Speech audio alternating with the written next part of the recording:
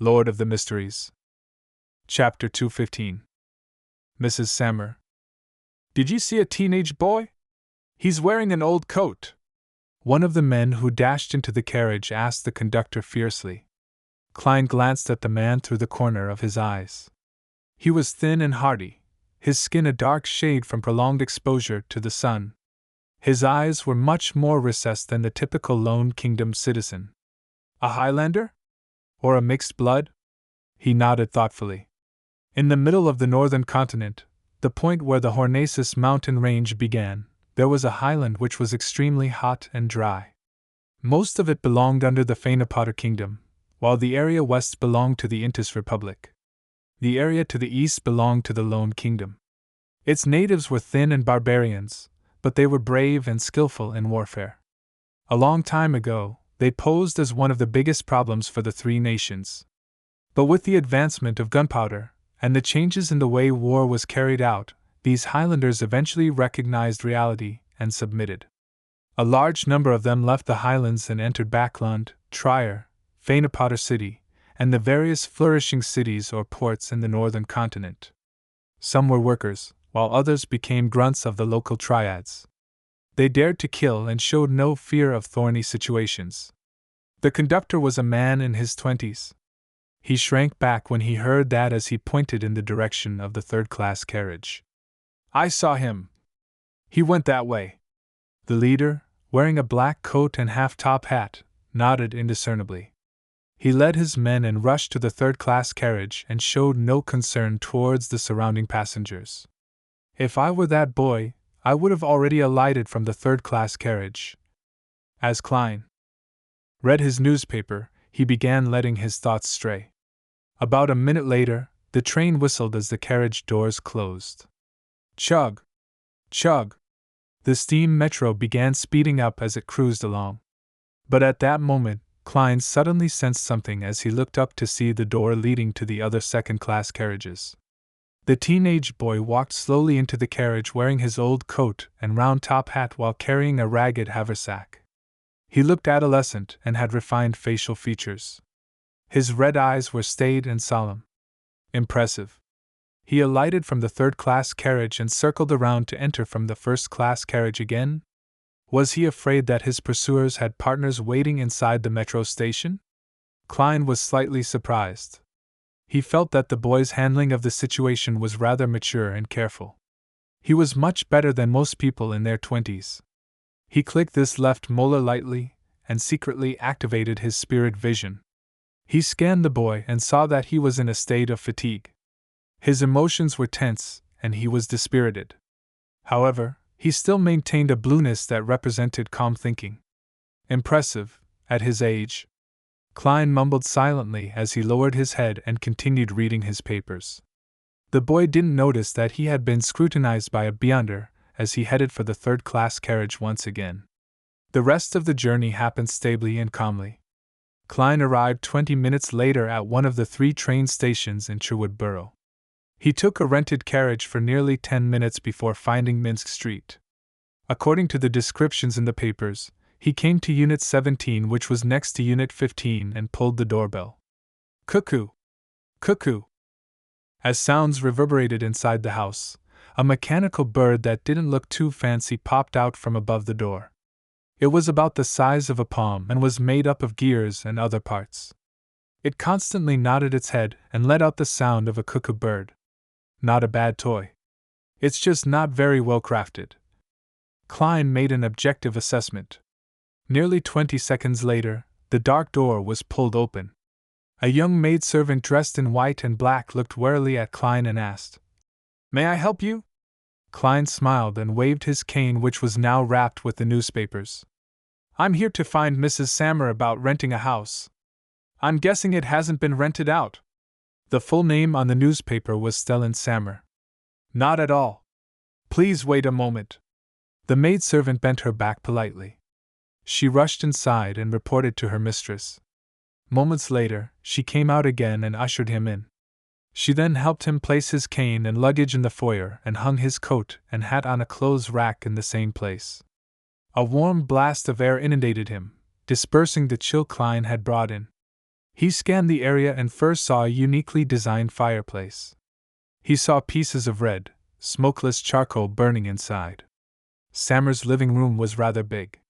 It was nearly equivalent to the entire Moretti's first floor in area. Certain areas were decorated with carpets or oil paintings of beautiful sceneries. The maidservant brought Klein to the sofa and said to her mistress in a pale yellow dress, "Madam, the guest is here." The mistress was in her 30s. She had blonde hair and blue eyes. She looked rather pretty and had preserved her youthfulness well. She held a silver-inlaid feathered royal fan in her hand. As she was at home, and the fireplace made for a warm environment, she didn't wear anything around her neck, revealing her white bosom and shiny long neck. "Hello there, Mrs. Sammer." Klein pressed one palm to his chest and bowed. Mrs. Sammer smiled in a reserved manner. "Good evening. Please have a seat. Do you wish for some coffee or tea?" Klein sat on the sofa and answered frankly, "Tea, please." "Julienne Marquis black tea," instructed Mrs. Sammer. She then turned her eyes to Klein and asked, "How might I address you?" "Sherlock Moriarty." "You can call me Sherlock." Klein had long thought of a fake name. At that moment, he caught a whiff of a fragrance from the kitchen and saw complicated pipes. Those are my husband's designs. Although his actual job is a manager at the coin company, he's a machinery enthusiast. He's also a member of the Kingdom's Soot Reduction Association." Mrs. Sammer noticed Klein's gaze and explained with a smile, "Mrs., there's no need to go into such detail. I'm not here on a blind date with your husband." Klein lampooned as he said without his smile waning, "Mrs. Sammer, I wish to rent the Unit 15. Mrs. Sammer straightened her back as she sat elegantly. She said with a smile, "I have to remind you of certain things. Unit 15 doesn't have such pipes, reclining chairs, card tables, mahogany kitchen cabinets, fine porcelain, silver cutlery, gold-plated tea sets, or removable carpets." She pointed at the things in her house as she introduced them, one after another. After she was done, she added, "It originally belonged to my elder sister and brother-in-law, but due to a business failure, my brother-in-law had no choice but to move to the southern continent. They have a plantation at Balham. However, I don't agree with their choice. This is just too unfair for my niece and nephew. There are no good grammar schools there, not even a good home tutor." "Mrs., that's not something I would like to know." Klein nodded sincerely and said, "Apart from the weather, there's no place in the southern continent that can compare with Backlund." His agreement satisfied Mrs. Sammer greatly as her eyes darted slightly. "This house still has a 3-year lease. I wish for you to pay a year's rent at once. 18 soldi a week. The use of the furniture will cost 1 soldi. I can collect a deposit of £50. Klein shook his head and smiled. "Mrs. Sammer, you should be able to tell that I just arrived in Backlund. I don't know what will happen to me in time. To pay £50 for a deposit will lower my ability to resist any risks.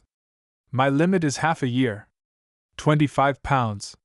He still planned on renting another one-bedroom apartment in Backlund's East Borough.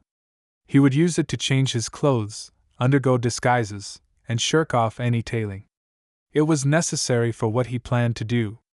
Stellan nodded slightly and asked, "Have you studied at grammar school?" Klein chuckled and said, "Yes, I later self-studied history." "Do you have any identification with you?" asked Stellan casually. "I'm sorry.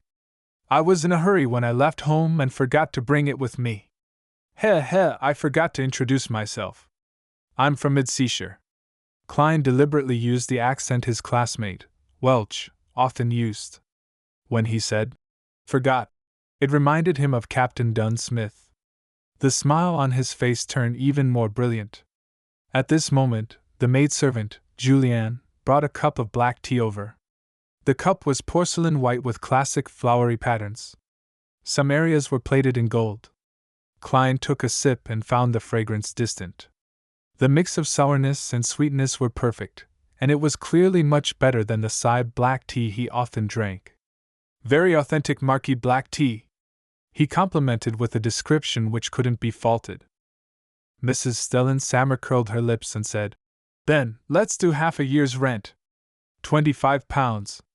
Klein thanked her and engaged in a few minutes of idle chatter with her until another maidservant found a service contract from the study. After both parties signed the contract, Klein counted £25 while feeling the pinch and pushed it to Mrs. Sammer. Stellan counted it silently before smiling. "Mr. Moriarty, I believe you'll be finding a job in Backland?" "Yes," Klein answered, feeling a little lost. The corners of Stellan's mouth hooked up. "I can give you some suggestions. With a weekly salary lower than £3, it would be difficult for you to live in Sherwood Borough. Your rent, food expenses, water, gas, and charcoal expenses, transport expenses, and everything else added up will cost at least £2.5 solely. Believe me, this is Backland. One still has to consider new clothes and good cutlery and tea sets. A weekly salary of £3 is the bare minimum. If your weekly salary reaches £5, you can hire a lady's maid. At £6, you can consider hiring a chef. At £7, you can add a footman. For £8, you can hire an additional lady's maid. Mrs. Sammer, I think you are flaunting your wealth. I once earned more than £10 a week." Klein maintained his smile as he listened attentively. At that moment, the door suddenly opened. A stout man walked in. He was dressed in a black double-breasted suit and leather gloves of the same color. Above his lips were two elegant mustaches. "Luke, this is Mr. Moriarty. He will be our neighbor." Stellan Sammer went forward and introduced him. Obviously the master of the house, Luke took off his coat and handed it to the valet behind him. He smiled politely and said, "Mr. Moriarty, would you like to join us for dinner?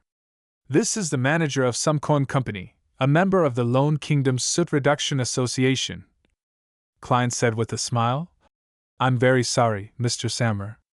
I've eaten on the steam locomotive, although that taste does leave a deep impression on one." After exchanging some pleasantries, Klein was led by Julianne out of the house and into the neighboring Unit 15. The layout was very similar to the unit next door. The first floor had a huge living room, a dining room with decent lighting, 2 guest rooms, a bathroom, a cellar, a kitchen that extended all the way back. On the second floor, there were 4 bedrooms, an activity room, a solarium, a study, 2 bedrooms, and a huge balcony. Mrs. Sammer wishes to tell you that you can rent out part of it, but not to workers or make this place too packed or noisy. Oh, I'll bring you clean blankets, sheets, and pillowcases in a while." Julianne returned to the Sammers after informing Klein. After doing a round of packing, Klein finally settled into Backland. He sat in an empty living room and suddenly felt lonely. Hence, he forced himself to consider his future plans. Whether he liked it or not, revenge and advancement couldn't be done in the blink of an eye. Therefore, he had to obtain a lucrative job to prevent himself from facing any financial problems. However, the job couldn't restrict him and affect his movements and plans. In other words, he needed sufficient freedom. After some deliberation and eliminating unsuitable jobs, Klein was left with 3 choices. He could become an author by becoming a plagiarist. However, his identity was sensitive, so the more famous he became, the more trouble it meant. All he could do was give up unwillingly. The second choice was to be a news reporter. This was considered quite a decent job in this time and age. However, job applications required his educational certificates and other documents. Klein was helpless in that respect. Finally, he chose the third job: private detective. This was also the reason why he had taken on a fake name.